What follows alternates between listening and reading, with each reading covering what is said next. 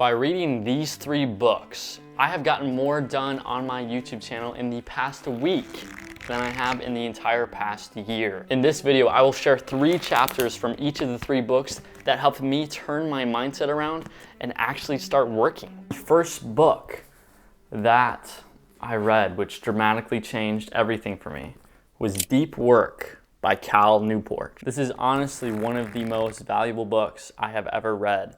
It step by step teaches you how to stay focused working on a task for one period at a time. And I think in our world today, life is just so distracted. We're constantly distracted by our phones, by things, notifications, emails, all this stuff. And this book teaches you and tells you exactly what to do so you can focus on one task for a long period of time, which he mentions is the superpower of the 21st century. All right, so how do you do undistracted work in a distracted world? Well, Cal Newport suggests that you take roughly anywhere from 90 minutes to 3 hours to sit down in an undistracted location and just get work done. The way I'm implementing this is I'm taking my work and my brain and I'm going to the library and I'm sitting at the library editing videos completely undistracted. I actually have, these headphones right here. I put these on with earbuds underneath the headphones and I just edit. I just edit for hours straight. I do nothing else. I turn off the notifications on my phone. I put it in my backpack. I don't even want to look at it. I want to be laser focused on the task at hand, the thing that is the most important for me to do. Now, before you actually do a long extended period of undistracted work, Cal Newport suggests you actually do a task to get into a flow state, into a undistracted location. He mentions it could be either drinking a cup of coffee, right? Or it could be putting on the headphones like I do. What I specifically do is when I wake up in the morning, I just turn on this big light, which is behind the camera here. I just turn that on and that's the trigger in my brain that tells me, okay, the light is on, there should be nothing else you're doing but working. Or when I go to the library and I put these headphones on, I'm thinking, okay, there is nothing else you should be doing except editing because these are on. One of the quotes that I really like in the book is he says, great creative minds think like artists, but act like accountants. What does he mean by that? He means you need to treat your work like a job. I'm treating YouTube, I'm treating this channel like a job. I'm waking up at 5 a.m. every day and I'm doing 3 hours of undistracted work on what I need to get done. Also in the book, he mentions humans can't even, we are limited, so we can't work past a certain point. He says the very max that humans can do, even the most intelligent people in the world, is 2 to 3 to possibly even 4 hours of deep work before their mind is thinking about everything else and it's just all over the place. So what he recommends is you take a little break, but not the break in terms of scrolling on your phone and getting yourself more distracted, more mental breaks. So for me, for instance, I wake up at 5, I do 3 hours of work, then at 8, I go work out. You need to treat YouTube. If you want to be a YouTuber, you need to treat this like a job. This can't be some part-time thing. I love Ali Abdaal. He runs a thing called the Part-Time YouTuber Academy.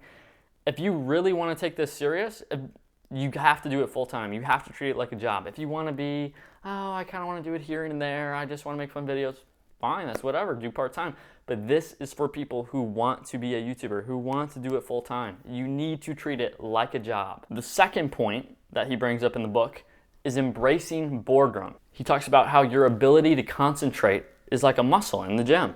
You train it and it gets stronger. That needs to be the same exact thing that you do for your brain. You need to train your brain to concentrate and focus even more. When you're doing a task, say you got your headphones on like I do, and I'm working on a task. If I get distracted and I start thinking about other things, that's the time that you need to train your brain. That's the exact time that you need to say, nope, stop looking at that thing, focus back on the task at hand. And that's like a rep that you're doing for your brain. Instead of a rep, for your muscles, you're doing reps for your brain. So you concentrate even more. So the next time that thought goes, you're even quicker. You're just gonna be like, nope, I'm on work. But like I said earlier, humans can only focus for 2, 3, maybe even 4 hours at a time. So you need to schedule in distraction time, not distraction time like I mentioned with the phone and things that are gonna limit your concentration. Distraction time for you to think deeply about problems that are at hand. Okay, I'm having a challenging problem. Okay, let me just sit here and think, which is embracing boredom. Let me just think about this task at hand. You do not understand, but being bored causes you to be the most creative. When you're constantly distracted, you're thinking about different things. When you are bored, you are only thinking about one thing for an extended period of time over and over and over. You are bound to come up with a solution. The third thing that Cal Newport brings up is quitting social media. Now that's kind of like a paradox. If you want to be a YouTuber, don't you need to be on YouTube constantly to be informed and to study and do all this? Yes, but technically no. I don't fully agree with Cal Newport on this topic, but the main point that he's trying to get at is you need to stop consuming constant things that are distracting you and you need to start producing. I'll give you an example. Yesterday, I got nothing done. And the reason I got nothing done is because I re-downloaded the YouTube app. And I re-downloaded the YouTube app just out of convenience. But for the past 3 weeks, I have not watched any YouTube. Despite yesterday, I have been working so hard. And yesterday was such a blunder. I was on YouTube for hours and I was learning, but in reality I wasn't learning, I was just entertaining myself.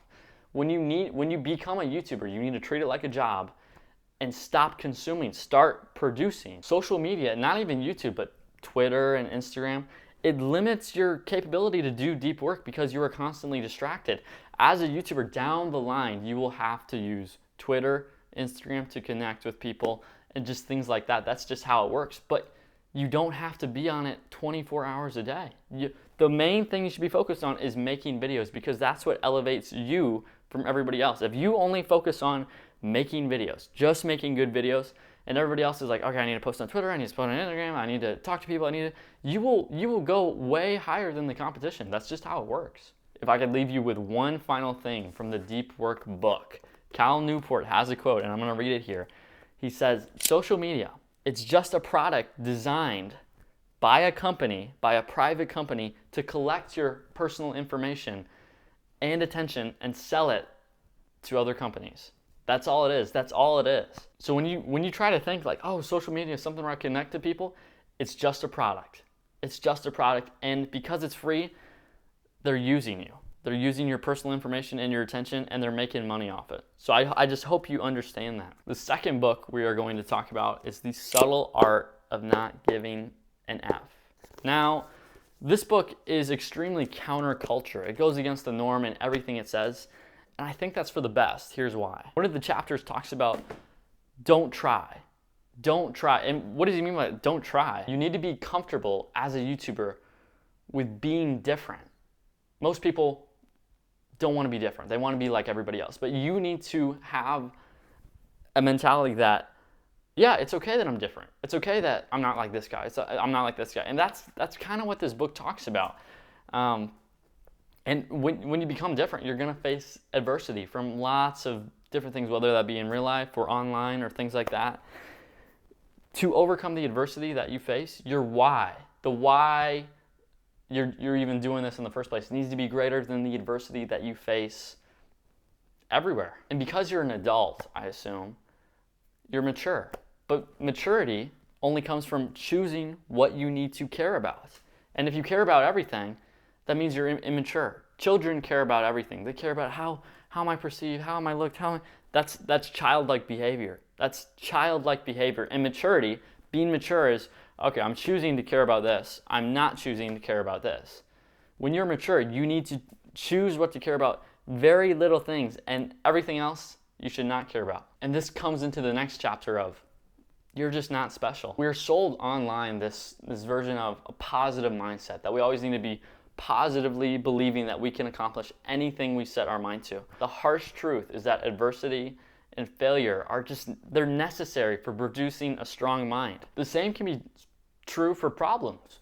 You know, if you have a problem, if you're a YouTuber and you're just, nobody's watching my videos, it's really sucking right now.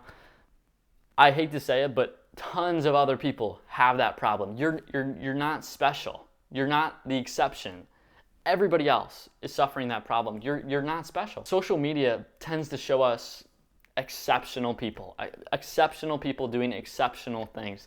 TikTok is the recipe for that. And YouTube's just as bad. You know, seeing so much exceptionalism, people at the best of their fields doing what they need to do, it almost breeds a sense of entitlement with people, because we see that and we assume that we're destined for exceptional things as well, because that's all we're seeing. And it leads to an entitlement of, I will be exceptional, I will do this.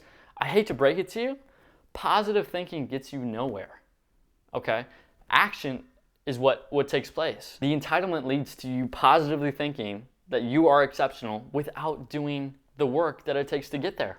It's bonkers. It makes no sense. And the next chapter is failure is the only way forward. This is definitely the chapter that spoke the most to me, and I had the biggest effect on me. You know, it talks about people. It just talks about people and how everyone is scared of failing. You know, trying something new or doing this, talking to that person. Everyone is afraid of failing. So it's like, oh, why should I try? I'm just gonna fail anyway. Why should I try? To bring it to a personal example, I graduated high school almost 2.5 years ago at this point. And for the past 2.5 years, I've honestly failed. I've honestly gotten nowhere where I want to be. I wanted to start this YouTube channel, and I made one video and then it got 100 views. And I'm like, oh, I have to think about it a little harder. I can't fail. The next video I make has to be a banger. It has to be to blow up, and then that's how it'll all get rolling for me. The truth was, I was afraid to fail. I was afraid to make videos because this is what I really want to do. Like, this, making videos is what I really want to do, and I was afraid of making videos and getting no views and being like, oh, this is what I want to do. I need to be the best at it before I can get started. That's the wrong way to think. That was the wrong way to think for me. So I've been failing for the past 2.5 years. And only recently, only a couple weeks ago, I just started working on what I know I need to work on, which is a YouTube channel. The thing I know is my purpose. Like, I'm meant to do this. And if I do this and fail, and a year goes by and I'm at the same place, and another year goes by and I'm sort of in the same place again, and then 6 months goes by, so then from this date, 2.5 years in the future, I'm still a failure. Who cares? Because I already know what that feels like. For the past 2.5 years, I've already failed. There's nowhere else I can go besides this. I'm broken, failing already, so it's not like I can be any worse. The only way to go is up because I'm already failing. Improvement of anything is just based on how many times you fail.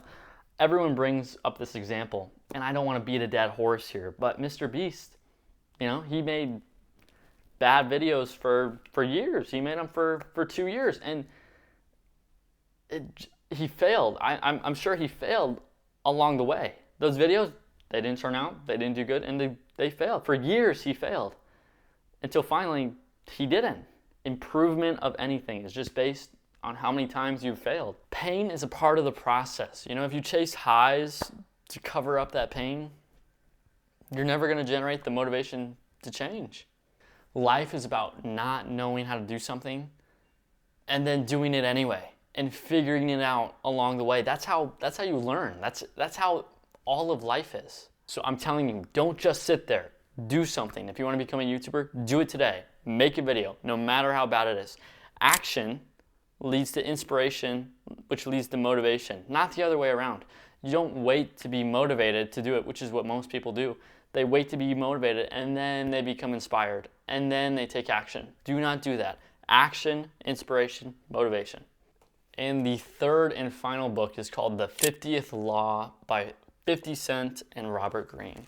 Now, this might be one of the best books I've ever read, and it talks about how you need to become fearless. A chapter I really like in the book is the one on self-reliance, and how the two authors talk about how your goal is to maneuver the pieces and all the decisions you make to become self-reliant and have ownership of yourself and your creative properties. Most people stay dependent, whether that be in a job or on somebody else, because they're scared to sink or swim on their own. You just got to do it. When you prove to yourself that you can get things done on your own, that's when you have the confidence to face adversity. Say, I can actually do this. I can do this on my own by myself. And something that I really need to hear is this next point, which says you just need to listen less to other people.